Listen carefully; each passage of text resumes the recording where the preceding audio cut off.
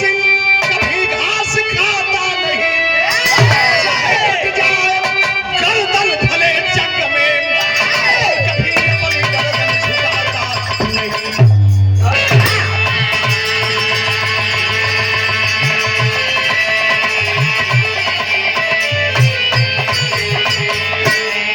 देश आजादी के लिए हर एक समाज के लोग कुर्बानी देने के लिए आगे बढ़े। पालगांव में घटना घट गई, 28 निर्दोष लोग मारे गए और हमारे यहाँ से आदेश हुआ, देश से आदेश हुआ, सोफिया कुरैशी और व्योमिका सिंह और सोफिया कुरैशी, एक दलित की बेटी एक मुसलमान की बेटी, शेरनी बन करके पाकिस्तान को केवल संकेत दी। पाकिस्तान उतना में ही सोच पड़ गया कि अब हम बर्दाश्त नहीं करेंगे। लेकिन दर्द तब फैल जिन लोगों के आदेश पर इतना बड़ा काम ये दो बेटियां अपने नेतृत्व में की, जब हम सफल हो गए तो कहने वाले एक है, आय हाय आतंकियों की बहन थी, हमने भेज करके बदला ले लिया। बड़ा दर्द हो, बड़ी तकलीफ हो। ये मंत्री जी विजय प्रकाश शाह, मध्य प्रदेश का कैबिनेट स्तर का मंत्री, कितना बड़ा अपमान, अपने शेरनियों का कितना बड़ा अपमान, जो अपने जान की बाजी लगा करके अपने पड़ोसी को पहचान दिया और उसके इतना अपमानजनक इनाम मिला। लॉर्ड हडसन अंग्रेज झांसी की धरती पर आया, अफसर है, आदेश कर दिया कि मैं सुनता हूं कि झांसी में बड़े अच्छे अच्छे पहलवान हैं, उत्तर प्रदेश में अच्छे अच्छे पहलवान हैं, तो मैं केवल झांसी के पहलवानों को आमंत्रित कर रहा हूं। कल मेरे कैंप पर सबकी मौजूदगी अनिवार्य है और मैं इनाम देना चाहता हूं, सौगात देना चाहता हूं। बहुत सारे पहलवान सौगात का नाम सुन करके, इनाम का नाम सुन करके कैंप पर पहुंच गए, लेकिन वास्तव में दिलेरी दिलेरी हुआ करती है। एक अखाड़े के पहलवान ना गए, एक लाइन संकेत लगल, राजा कैसा संकेत,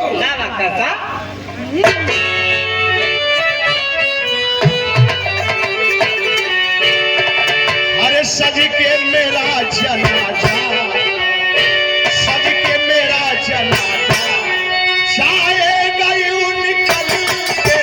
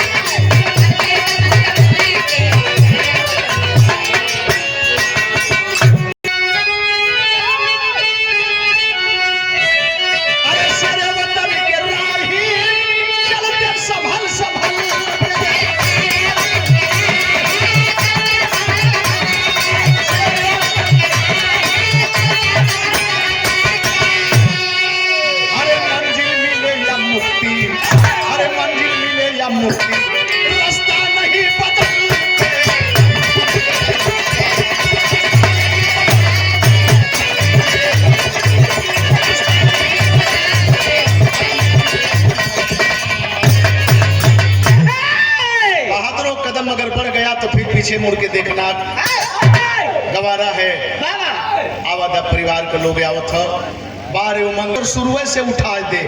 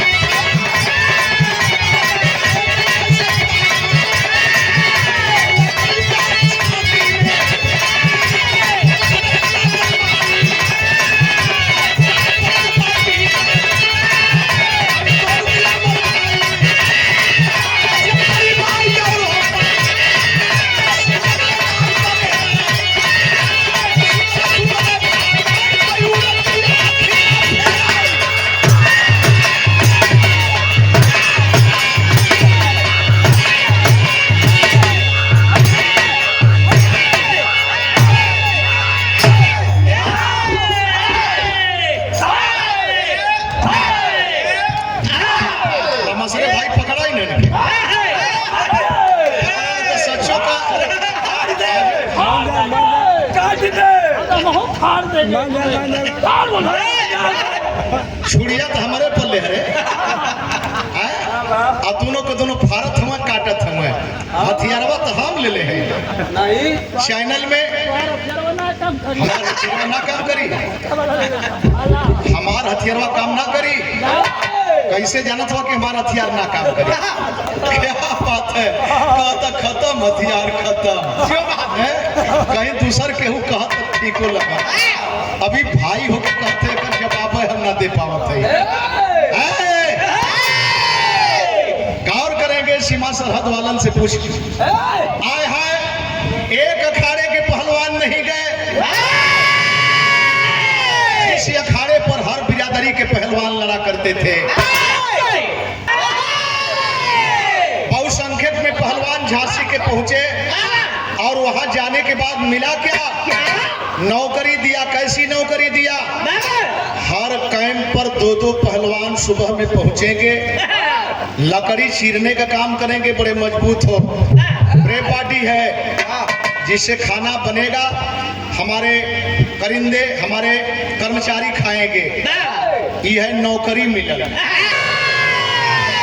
कई ने लोग बड़ा उल्लास लेके कि नौकरी मिली हताशा लेके वापस आए लेकिन दिलेरी है उस अखाड़े के पहलवान पट्टों की कहे कि हम नौकरी नहीं करेंगे जिनके गुलामी से हम मुक्त होना चाहते हैं उन्हीं की नौकरी करेंगे पता चल गया कि एक अखाड़े के पहलवान नहीं आए हैं जिसका अगुआ अर्जुन यादव करता है चौहान बिरादरी के पहलवान है चमार बिरादरी के पहलवान है हर बिरादरी कोयरी बिरादरी के पहलवान है ब्राह्मण बिरादरी के पहलवान ठाकुर बिरादरी के पहलवान है हर बिरादरी के पहलवान है आए हाय उस अखाड़े के पहलवान नहीं गए ये पुलिस वालों को भेजा अखाड़े पर जा करके इतना ही कहे क्या तर्ज लगल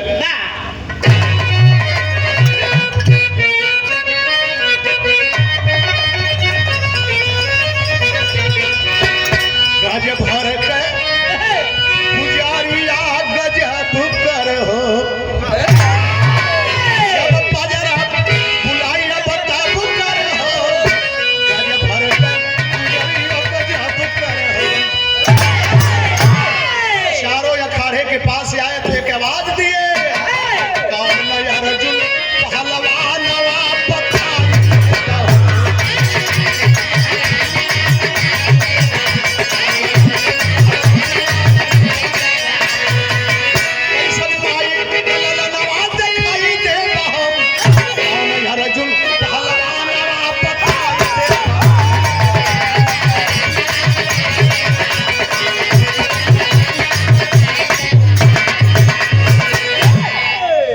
पुरस्कार भैया के देखने आए हैं इतने सुनत बवाल हो गए। हाय हाय हाय हाय लगी गई आगे सुन के पापी कहे बचनिया पहुंचा नजदीक में एक भारत कहे सेना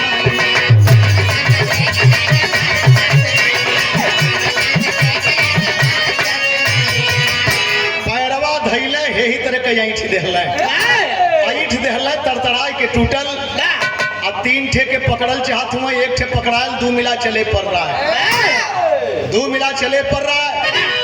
जा करके लॉर्ड हडसन से बोले साहेब केवल अर्जुन खतरनाक ना हो वो अखाड़ा पर जितना लड़वैया हुए सबके सब खतरनाक हुए। 35-36 अंग्रेजों की टोली लेकर के अखाड़ा को घेर लिया। अखाड़ा को घेर करके एक बात कहता क्या है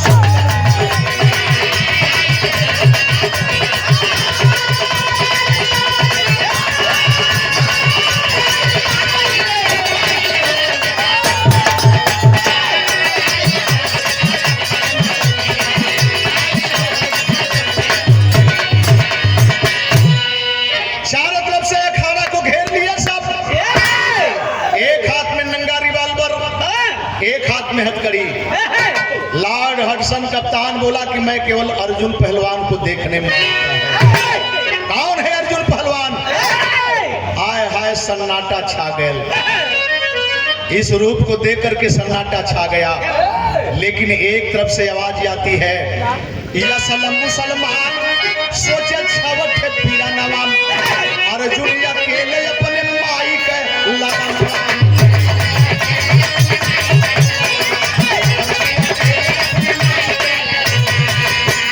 मुसलमान का बेटा आज तो यो कहे मैं बड़ा सोचे के पड़ा था। हर कुर्बानी में हर समय हर पीरियड हर लड़ाई में अपने देश में अगर आप सबकी भूमिका है तो क्या मुसलमान की भूमिका नहीं है। 48 में ब्रिगेडियर उस्मान लड़ने गए पाकिस्तान से तो क्या उनको पता नहीं था कि हमारी गोली निकलेगी तो मुसलमान की छाती को चीरेगी, उधर से गोली आएगी तो मैं मुसलमान हूं मेरे छाती को चीरेगी। वीर अब्दुल हमीद यही माटी है। 65 में लड़ने गए तो क्या उनको पता नहीं था कि हमारा गोला निकलेगा तो उनके टैंक को बर्बाद करेगा और साबित करके शहीद हो गए। इम्तियाज खा इश्तियाक खा को पता नहीं था कारगिल में मेरे दोस्त। लेकिन कहने का मतलब है आज कुरैशी एक बेटी ऊपर इतना बड़ा लांछन जो बहादुरी का परिचय दी, स्वाभिमान का सम्मान बचा करके जान की बाजी लगा दी लेकिन मुसलमान कह करके अपमानित किया जा रहा है। ये 22 रुपए का पुरस्कार सादर सम्मान करते हैं। असलम मुसलमान का बेटा जब देखा नंगा रिवॉल्वर हाथ में हथकड़ी तो सोचने लगा हम 6 भाई हैं जा अर्जुन पहलवान अकेले हुए 6 भाई में एक भाई अगर मराए भी जाई तब 5 भाई हमान माई बाप कर रह जाई। कला की साहब मेरा नाम अर्जुन है, मेरी शरीर देखो आया है बोला कि तुम अर्जुन हो जब वही एक कदम आगे बढ़ा, तब तक दूठे नौजवान अपने में लड़ गई। रामुर्रा जब पूतक है, रामुर्रा जब पूतक है, सिनवा फुलाई के राजू चमार कहे मुछिया उठाई के। साहब मेरा नाम भी अर्जुन पहलवान है, अपने में ही दोनों लड़ गई। कल कि ना आय हाय हाय हाय, तबले एक नौजवान गरीब का बेटा, एक चौहान का बेटा, अबे हमें बचाने के लिए क्यों जान दे रहे हो? आय हाय हाय, तब तक एक रोड पर चलने वाला बल्लू बसफोर सामने आया, बोला साला जब चिन्हता नहीं है, पहचानता नहीं है तो अरेस्ट कैसे करेगा? ये सब सारे के सारे नकली अर्जुन हैं, मेरा नाम अर्जुन है। आज अभी बात सुनलस तो कहा कि ये भारतीय पहलवानों, इसका मतलब तुम लोग वास्तव में बेवकूफ हो, बेमौत मौत को गले लगाना चाहते हो। आय हाय, लो मैं वार्निंग दे रहा हूँ, 1 2 3 गनूंगा, इसके बाद मेरी गोली चलेगी, इसमें से कौन अर्जुन है नहीं अर्जुन है पता चल जाएगा। लेकिन आय हाय हाय हाय, देख विपत गरजे अर्जुन बल करिया, हम है साहब अर्जुन पहनावो हाथ करिया। अर्जुन समझ गई ना कि अब गोली चलाई तो हमारे चलते हमारे 16 भाई मरई हैं। बोला कि नहीं रुक जाओ, रुक जाओ कप्तान, मेरा नाम अर्जुन पहलवान है। तुम अर्जुन हो? तुम अर्जुन हो? हाँ मेरा नाम अर्जुन है। हमें बचाने के लिए सारे के सारे नकली अर्जुन बन रहे हैं। हथकड़ी पहनाओगे या गोली मारोगे? ठहाका लगा करके हंसा, बोला कि नहीं नहीं, तुमको गोली नहीं मारेंगे, तुमको पहले हथकड़ी पहना करके ले चलेंगे, अपने लोगों को दिखाएंगे। एक हाथ में हथकड़ी, अब दोनों हाथ में हो गई। रिवाल्वर छोड़ दिया, रिवाल्वर छोड़ दिया, मुठिया नीचे हो, डोरी ओकरे कंधे में हो, दोनों हाथ में हथकड़ी लेकर के मस्ती से झूम रहा है। आओ पहलवान, आओ पहलवान, आओ आओ, तुम्हारा सम्मान करेंगे। आज वही नजदीके गई तबले बात बिगड़ गई।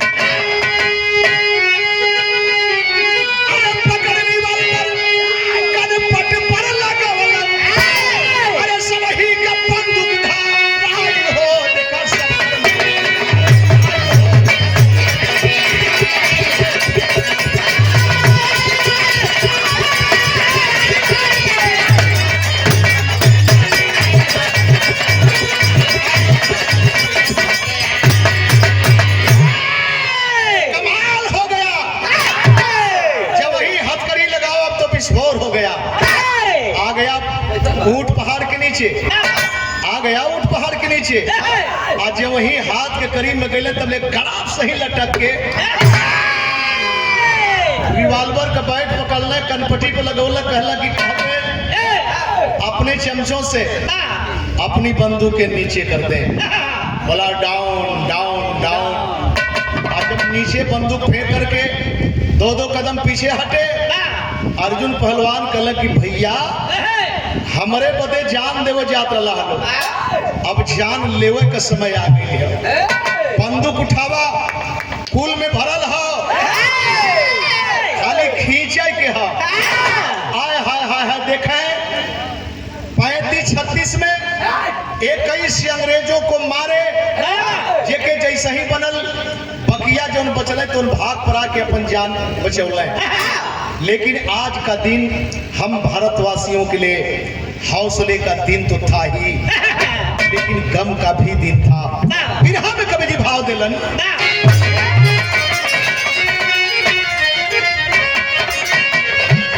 अरे गोरकी का मुंह काला पड़ गया, गोरकी का मुंह काला पड़ गया, गरजा पीर बघेला पट्टा घासी वाला।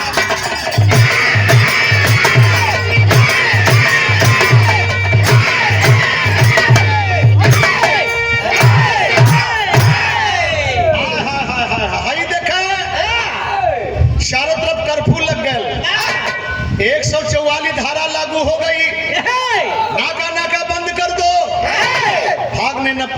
काशी के पहलवान, लेकिन वही बीच में कुछ पंजाब, कुछ दिल्ली, कुछ बम्बई, कुछ कलकत्ता, कुछ आजाद हिंद फौज का सिपाही बनल, जेके जहाँ जगह मिलल सब भाग पड़ा के अपन जगह बनौल। रात का समय हो गई, रात का समय हो गई, अर्जुन पहलवान लुकत छिपत अपने घरे जात हुए। अब घरे जात हुए दुल्हन के पता चल कि ऐसा ऐसा घटना घट गई। आए हाय दुआरी में खड़ी होकर रोवत है। एक बात कहला से ठे तर्ज लगे,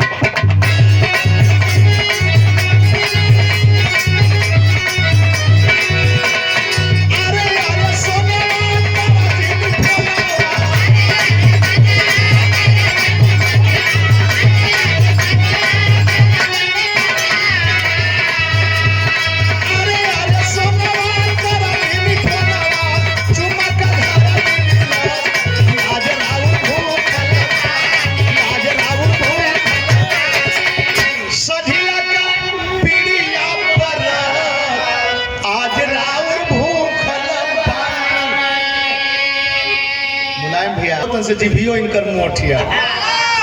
पति परदेश है, पत्नी गांव पर है, अब फोन पर बात होती है, मोबाइल फोन पर बात होती है। हेलो हेलो, वही में हाल चाल करत करत मन से दुआ जन बात तो चुम्मा दे देलस। मन से दुआ चुम्मा दे देलस। पुराना अंदाज है। अच्छा तो मन से दु चुम्मा देलस, ये सही है। अच्छा तिन्हन के मेहरारू के अगर हम चुम्मो दे दे वैसे कह के तिन्हन के तकलीफ हुई, ऐसे हमके हवाई फायर मारे के पड़ी। क्या बात है। दुल्हन कहलस कि स्वामी आज हम व्रत हैं। देखा फोन में चुम्मा देता, तब वो कहते कि हम व्रत में ही, हमके झूठ काट मत कर। बतावा उतना दूर से पत्नी कहते कि हमके झूठ काट मत करा। मन से दु कलश की झूठ काट ना करत है, उपाय बताओ थे। कहल का अरे अरे सोना उठावा तनी फोनावा,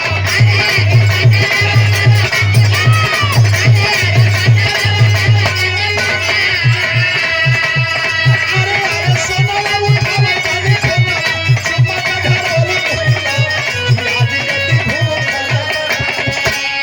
आज जदी भूख लगा कन्ना खा के पी लिहावा, आज जदी भूख लगा।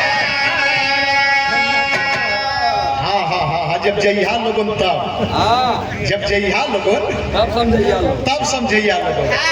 कलश की कच्चा भी काम करी, उबाल के भी काम करी, पारण करे के व्यवस्था बताओ थे। जवान लोग मने मने रिझत हो कि न पारण करवाओ गईले के बाद, लेकिन हेजैन का भैल कहले गुजारिया पर समझरिया,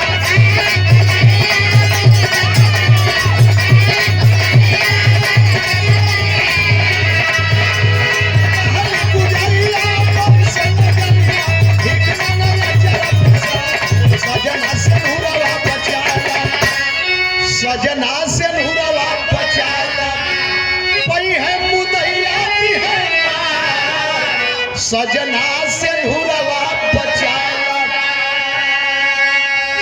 स्वामी सम्मान का काम तो कैला, लेकिन गांव का हालात देखत हुआ, लगत है कि गाँव में पूरा फूंक देल जाए। जान बचाला स्वामी, अगर यहाँ बचल रहबा तो हम सदा के लिए सुहागन रहब।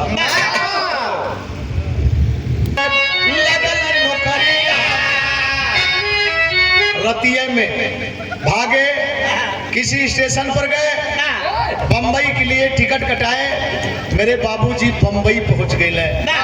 अब बम्बई गए के बाद सुंदर शरीर है, सुंदर शरीर है, संजोग तुरंत बनल। आयल फैक्ट्री तेल कारखाने में वॉचमैन का नौकरी मिल गई, गेट कीपर बन गए, वॉचमैन बन गए। लेकिन दुल्हन अपने मैके अपने बच्चा के लेके गईली। यहर गांव के लोग पलायन कर रहे हुए के कहाँ हो, के कहाँ हो, पहलवान के नाम का खोजबीन चलत है। 10 दिन बीतल बम्बई में नौकरी करते। बगल में एक पड़ोसी पंजाबी जान गया किसी भी तरह से हकीकत को, नौकरी में आया, बोला पहलवान तू झांसी का भगोड़ा है ना? कहा हाँ भैया हम झांसी के भगोड़े हैं। कहा कि जिंदगी जीना चाहते हो? हम भी भारतीय हैं। अगर जिंदगी जीना चाहते हो तो मेरी बात माननी पड़ेगी। शर्त रख दिलस, कैसी बात माननी पड़ेगी? कहा मेरी बिटिया प्रीतम कौर से शादी करनी पड़ेगी। अगर नहीं ऐसा करोगे बता देंगे, पकड़ जाओगे, फांसी पे जाओगे या गोली खाओगे। हरता क्या नहीं करता, इहो ना बतौले कि हमार बियाह भैल, हमारे पहले बच्चा है। मजबूरी में जहां हम फसल है हम ही फसल है। हाँ कर लिए, प्रीतम कौर से शादी हो गई। साल भर रहले नौकरी पर, और साल भर में एक ठे लड़का वहर पैदा हो गए।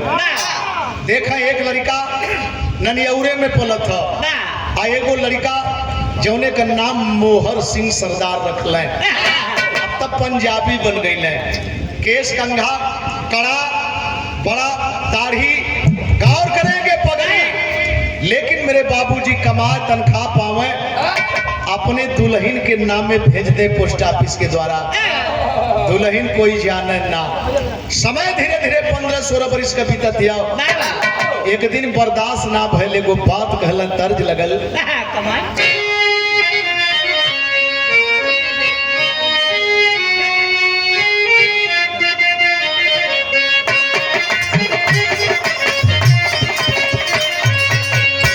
तोहके चढ़ाई मैया, तोहके चढ़ाई मैया, रोहुआ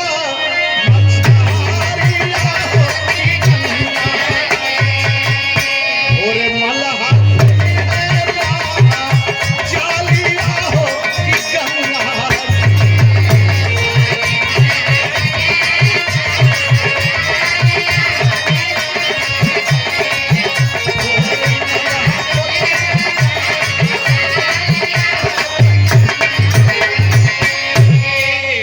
ना भैल, आज बड़ा दुखित हुए, बहुत दुखित हुए।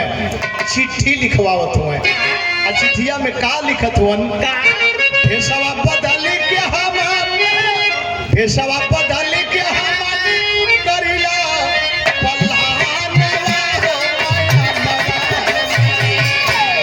कैसे पाट हमारो सुधानवा हो नयनवा हमरे।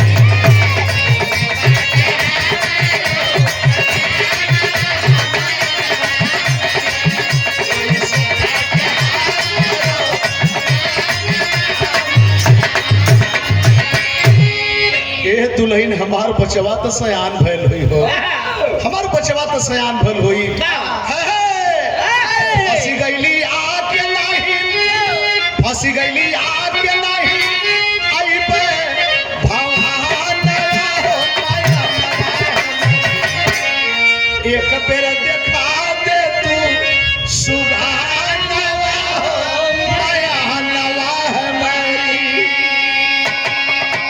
बड़ा बुरी तरह से फंस गईली दुल्हन, तार पर से गिरली, खजूर पर अटकली, आवे ना पावत है दुल्हन, आवे ना पावत है।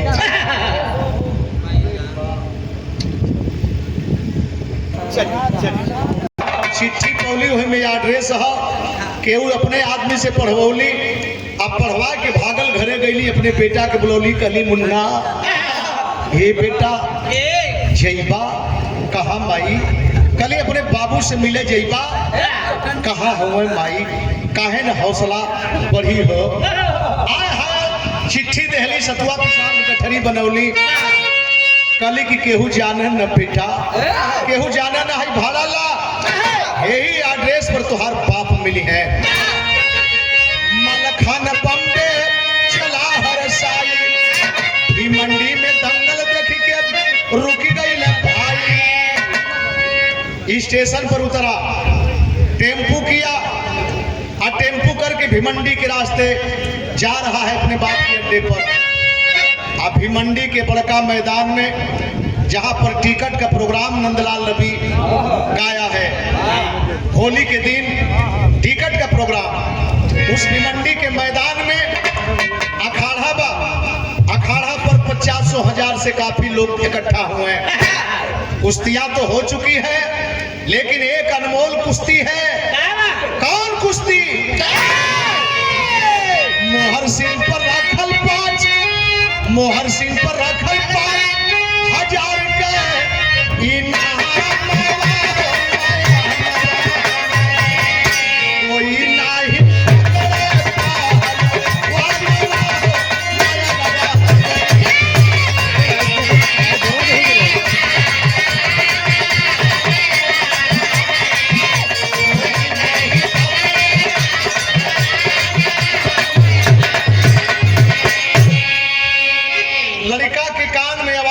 घोषणा होती है 5,000 के नाम मोहर सिंह सरदार पर। आया है टेम्पू रोकोलस भैया, रुकबा की जईबा तो अपन भाड़ा लेला, तनि सा दंगल देख ले तब जाई। लड़वैया के लड़का लड़वैया, और जब जनता की भीड़ में गए आपको कोनो दिक्कत ना हो, लेकिन लड़वैयन का हिम्मत ना पड़ते कि पानी बिगड़ जाए। आ खड़ा खड़ा देखत देखत अपन ही यूपी का एगो दादा, जबकि बंबई में दादा बदमाश के कहल जाला, कलकत्ता में दादा बड़ भाई के कहल जाला, हमहनपुर दादा गुंडन के कहल जाला। एकदम गधा हुए बड़का बाबू तोर गुंडा हुए, अपने आप पकड़वावल चाहत अपने बात के। भैया देखे जान के बात कर। दादा से कलस के दादा तने सहाई हमार झोरवा था मबा। कल का बात है बेटा? कल की बाजब जौने लड़का का जोड़ ना मिलत है, अगर जोड़ मिल गल तो दादा के खुशी का ठिकाना ना। पहचान करो ना हो, लेकिन दादा कहला कि बजबे बेटा। हाँ बाबा बाजब। अब तो दादा उछले लगले, जगहदा लोग जगहदा लड़वैया का जोड़ मिल गई। जगह मिलल, अखाड़े पर छटक के गए। आज जब अखाड़े पर गए, हाथ से हाथ मिलावल गए, जनता में देख के साहस बढ़ गई। सच्चों का जोड़ मिल गई भाई, सच्चों का जोड़ मिल गई। लेकिन जौने समय निमोटा जगिया पहन के दोनों अखाड़े पर गई, रेफरी का काम के करत था वो है अर्जुन सरदार। एक लाइन तर्ज का नमूना लगल।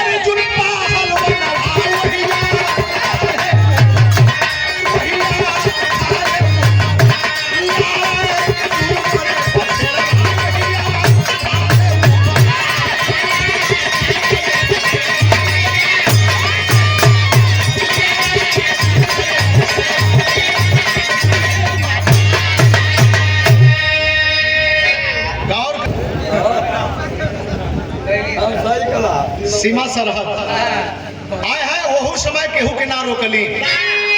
आज तो जमाना आ गए यही के। गोपाल राय गईले, गोपाल राय के भी हम नमन करत है।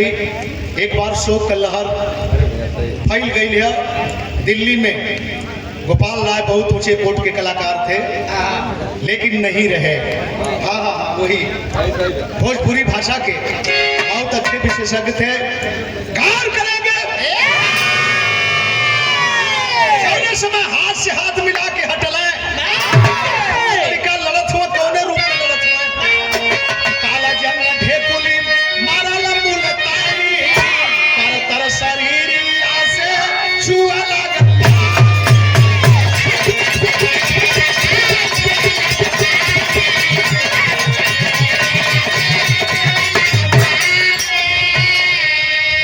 इतने समय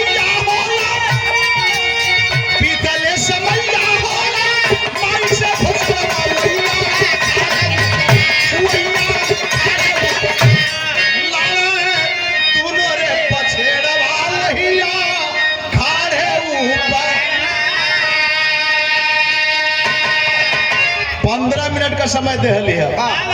आज जौने समय दोनों लड़का लड़े लगल पहलवान अर्जुन खुदे दांते तले अंगुली दबा ले एक ठौरा के तो हम पाल के लड़ाई ला, लेकिन जो दूसरका जोड़ में लड़त है कौनो साधारण औरत के ना पैदा कैले हुई, कौनो देवी के कोख से ही पैदा भैल हो, कौनो देवी के कोख से पैदा भैल हो।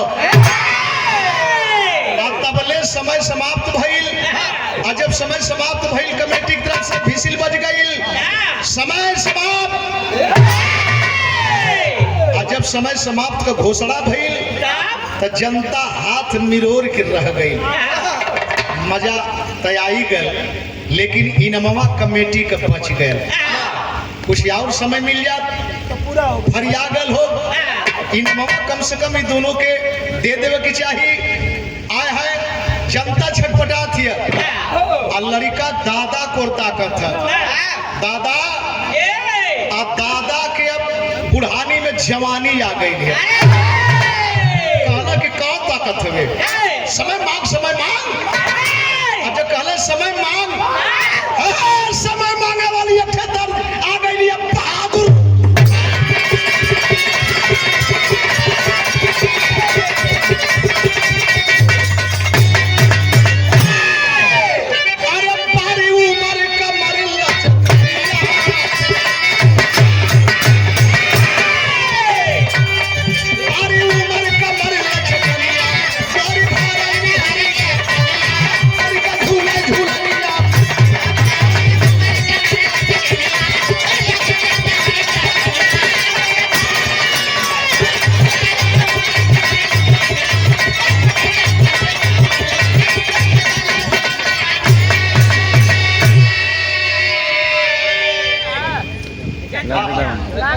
भैया हमारे रोहित प्रजापति ये 100 रुपया पुरस्कार, बहुत बहुत धन्यवाद। होता क्या है, अरे ठोकर ताल जंग में,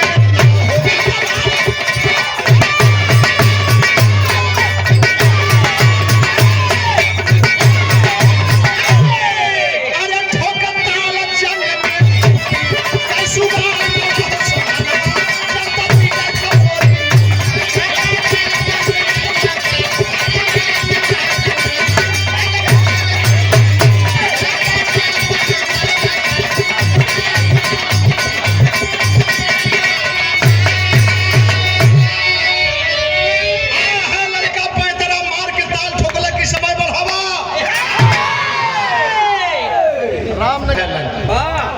यूपी बिहार का संख्या बढ़ गई, लड़वैया दोनों का कदर करते हुए, लेकिन संख्या जो है यूपी बिहार का बढ़ गई।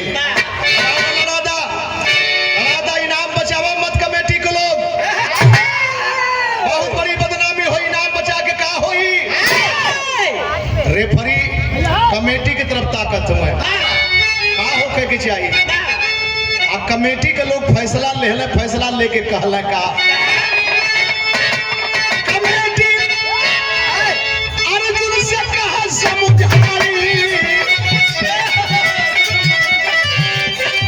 कुश्ती आ जाई के बाद छोड़ाई,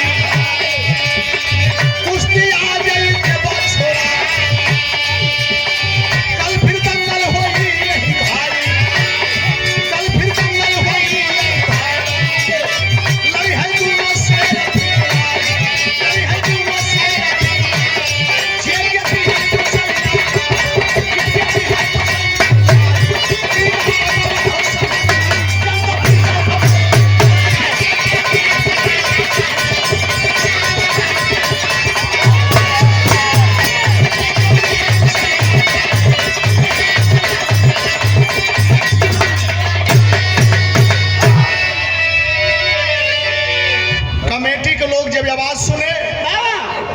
रेफरी की तरफ इशारा किए कि भिसिल बज गई है समय समाप्ति की, तो आज ही अखाड़े पर दंगल कराना शोभा नहीं देगा, और हम लोग इनाम बचा नहीं रहे हैं, इनाम बचा नहीं रहे हैं।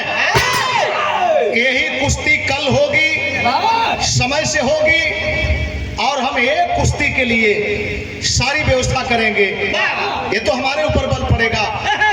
आए हाय, आज आप लोग जाइए, कल 2 बजे यहाँ पर कुश्ती होगी, आर पार की कुश्ती होगी, मार धार पछाड़ कुश्ती होगी। और जब तक फैसला नहीं होगा तब तक कुश्ती छुड़ाई नहीं जाएगी। हाय हाय हाय हाय, यही पर जनता अपने अपने आवास के जाए लगल, खोली के जाए लगल। चला कालो काम बंद कैल जाई, लेकिन कुश्ती देखे लायक है भाई। सारे लोग जाए लगल है। लड़का गल दादा की हिंद दादा से झोरा लेलस, गोड़ धैले, कुछ और इनाम दोनों पौल। हाय हाय, अब वहीं तक काल फिर लड़े के है।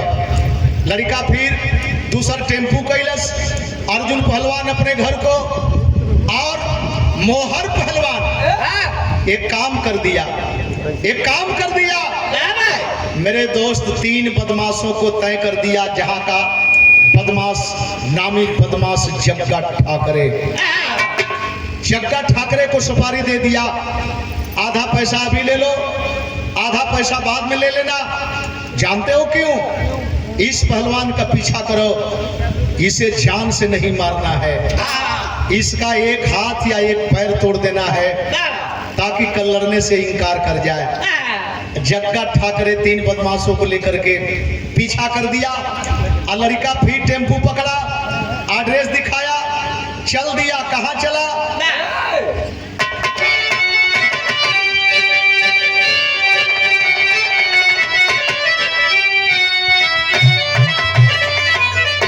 अरे पता पूछते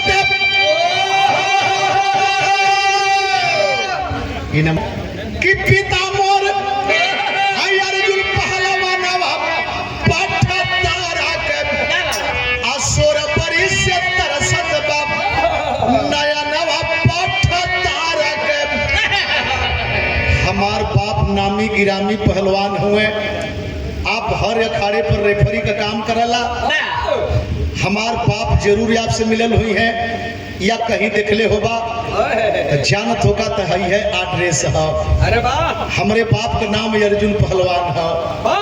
आज जब अपन चिट्ठी देखले, पैर से जमीन खिसक गई मेरे दोस्त। झरझर झरझर आंख में आंसू, गला मिला के अर्जुन पहलवान रोवन लगे, बिल खाई हो कैसे अइला बचवा, कैसे पार्टी तो हरी माई हो, हर कैसे पार्टी तारा मरी माया नवा पठ तारा के, कैसे अइला बम्बई में सुगनवा पठ तारा के। भर अखबार पकड़ के झरझर झरझर आंख से आंसू, बेटा तू अर्जुन पहलवान के खोजत हुआ, अर्जुन पहलवान के खोजत हुआ। अरे जौने समय हाथ पकड़ के तुहार हम मोहर सिंह के हाथ में धरौली, वही समय अंदर से आवाज आवे चाहलस, लेकिन हम जबरी से दबा ले ली बेटा, जबरी से दबा ले ली। रोवत हुए, कुछ कहत हुए।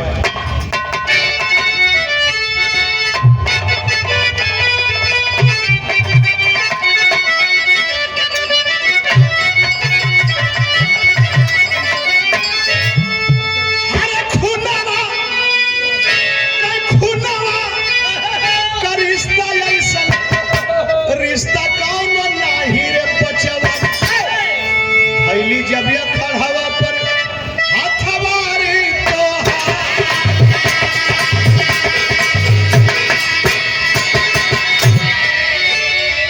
अधक से करे जवाब हमार कई देहल से ललक याद आवे लागल अपन पोसल रे कुमार।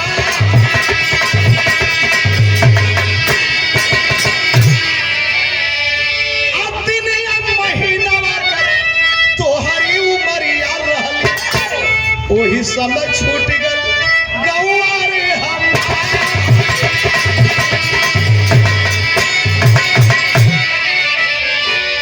रोवत हुए, अपन बीतल बात बतावत हुए। ना जब हाथ पकड़ ली तब हमार शरीर झंझना गई, लेकिन मुन्ना हम कहे ना पोली, कहे ना पोली। लड़का ये बतिया सुनसुनी कह देहलस, कहलस कि हमार बाप हुआ आप है अर्जुन पहलवान हुआ। जब देखलस पगड़ी दाढ़ी बार केस कंघा फोटो तुहार रखी के करली पूजनिया माई, कैसे बन गईला बाबू सिख सरत।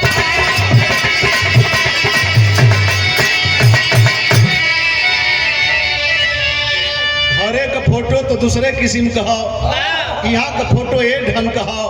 कहा जनवा बचावा पदे कैली हम पैया बेटा, जनम बचावा पदे रखली दूसर।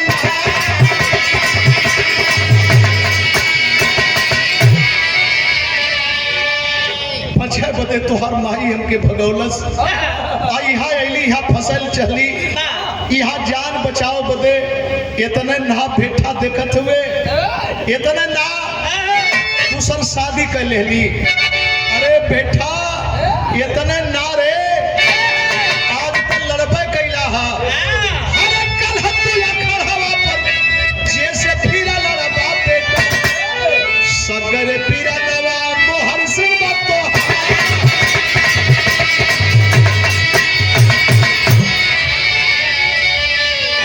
आज तो बजबे कैला हा बेटा, लेकिन काल ये वही जैसे बजबा दूसर कोई ना रे। तोर छोट भाई है बेटा, तोर छोट भाई हो, ये तनई में मोहर सीतू लरुआ यानी।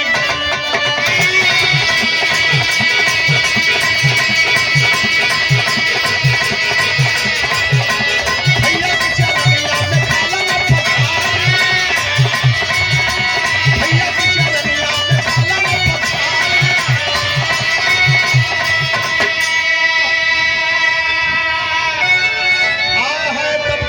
सिंह सरदार अपने खोली पर, जब ही खोली के गेट पर जाता है, जब इस पहलवान को देखता है तो छुप करके सुन रहा है कि ये पहलवान कह क्या रहा है मेरे पापा से।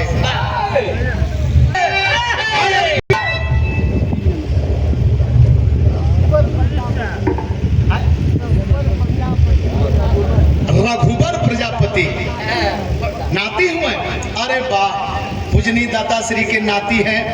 ये 201 रुपया पुरस्कार। अरे वाह भाई वाह, पुनवासी प्रजापति स्वर्गीय दादा श्री के मामा के सुपुत्र हैं। ये 100 रुपया पुरस्कार। रिश्ते नाते में प्रगाढ़ता हो कहले, अरे विजयी बना बदर रचली पलनवा, है विजयी बना बदर रचली पलनवा, देखा हुआ खड़ा बा गुंडे का सरदार।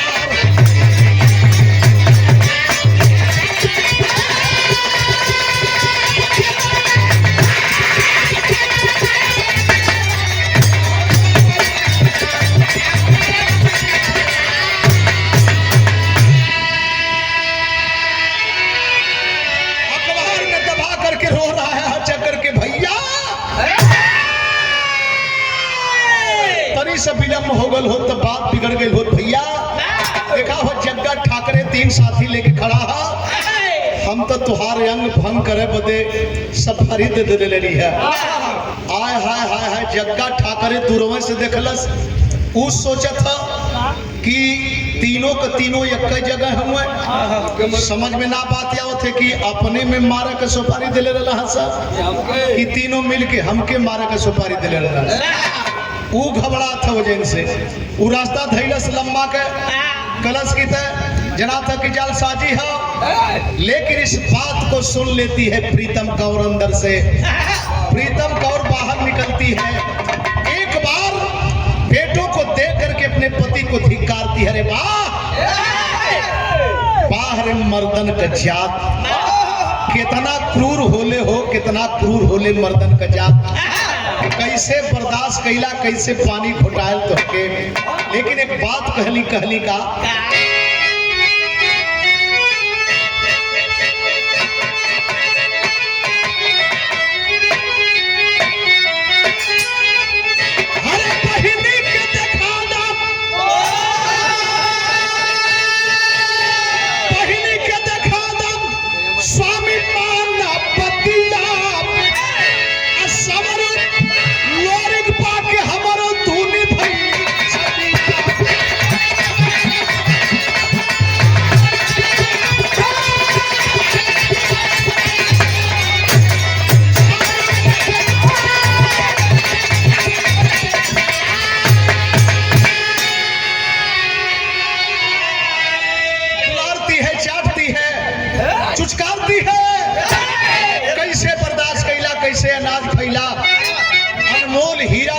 से इतना दिन दूर रख के कभू चर्चा तक ना कैला।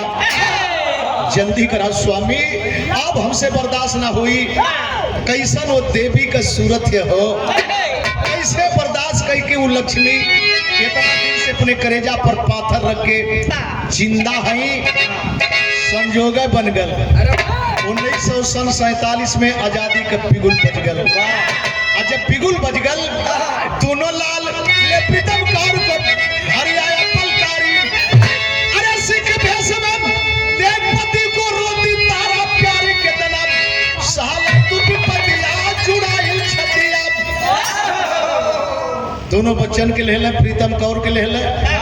और जब झांसी अपने घरे अइले, एक बार जब पत्नी तारा अपने पति के पंजाबी भेष में देखलस, फपक के रो पड़ल।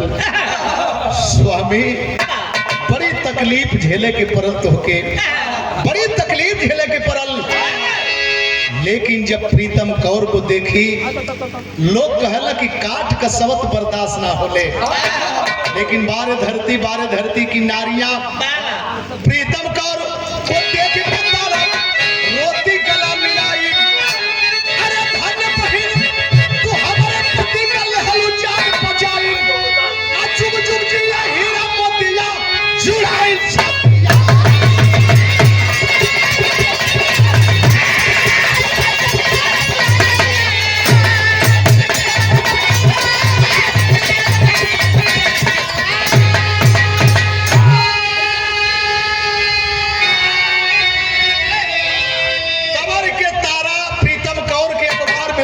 कहली बहिनी हमसे ज्यादा अधिकार इनकी पर तुहार है। अगर तू न मिलल हो तो आज हम सुहागन ना रहित बहिनी। आज हम सुहागन ना रहित। तोहरे करनी से, तोहरे चलते, तोहरे कर्म से हम सुहागन नहीं बहन। विधवा होके से बचा ले लो। हमसे ज्यादा अधिकार तुहार है। गुरु बिहारी गुरु गणेश